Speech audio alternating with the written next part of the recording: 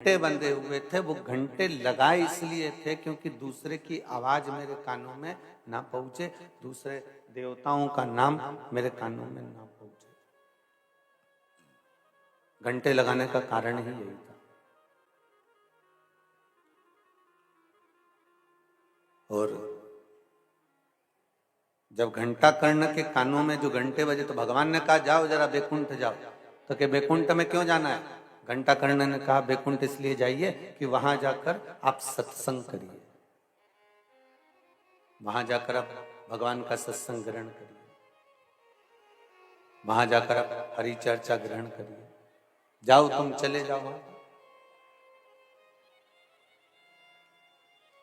घंटा कर्ण ने कहा मैं चले तो जाऊंगा, मना नहीं है, पर बात इतनी सी है कि मैं अगर सुनूंगा तो केवल आपका ही सत्संग सुनूंगा, आपकी ही चर्चा सुनूंगा, आपका ही नाम सुनूंगा, इसके सिवाय कुछ नहीं सुनूंगा। इसके सिवाय मैं कुछ सुनने वाला नहीं।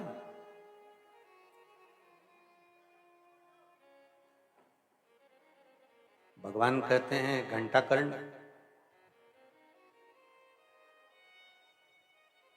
अब जहां जा रहे हो उसके अनुसार तुम्हें सत्संग तो श्रवण करना ही पड़ेगा ना।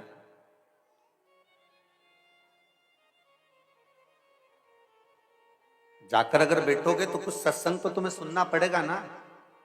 तो घंटा कर्ण ने कहा मेरे को सत्संग सुनने से दिक्कत नहीं है, पर मुझे बस आपका ही नाम श्रवण करना,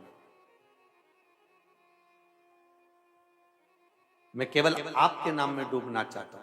शिव महापुराण की कथा कहती है कि राम नाम में, कृष्ण नाम में, शिव नाम में, दत्त नाम में, भगवान के नाम में, तुम किसी भी नाम में डूब गए हो, अगर किसी नाम में अगर तुम डूब रहे हो तो ये पक्का है कि वो नाम आपको तार देगा। क्योंकि तुलसीदास जी ने रामचरितमानस में ये बात बार बार वर्णन करी है कि कलयुग केवल नाम आधार, कलयुग में केवल नाम की आधारशिला।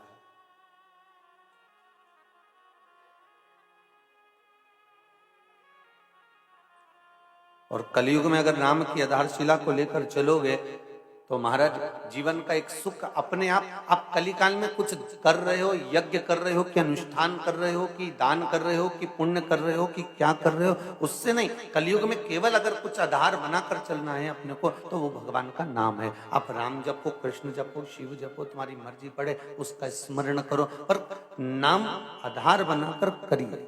श्री शिवाय नमस्तुभ्यम, श्री शिवाय नमस्तुभ्यम, नाम की आधारशिला को बनाकर चलिए।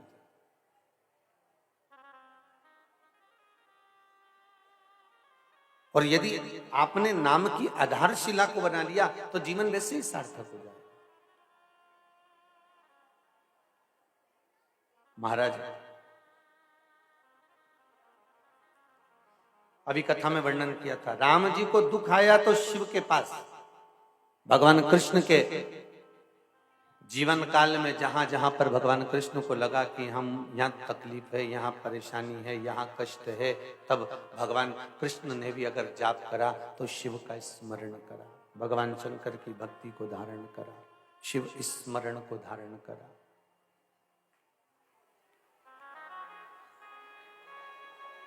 भगवान की अविरल भक्ति को धारण करा। और महाराज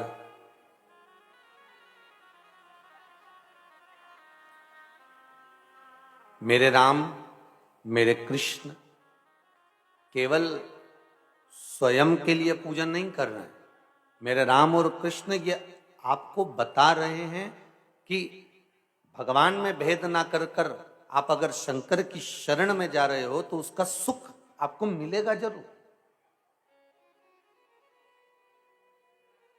उसका सुख आपको प्राप्त जरूर होगा।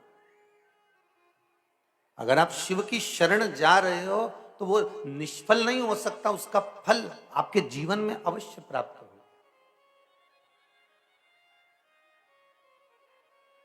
इससे पहले जब कथा हुई तो उसमें भी आपको कहा था, मानसरोवर शिव महापुराण में कहा था कि एक लोटा पानी अगर आपने अनायास चढ़ा दिया, जैसे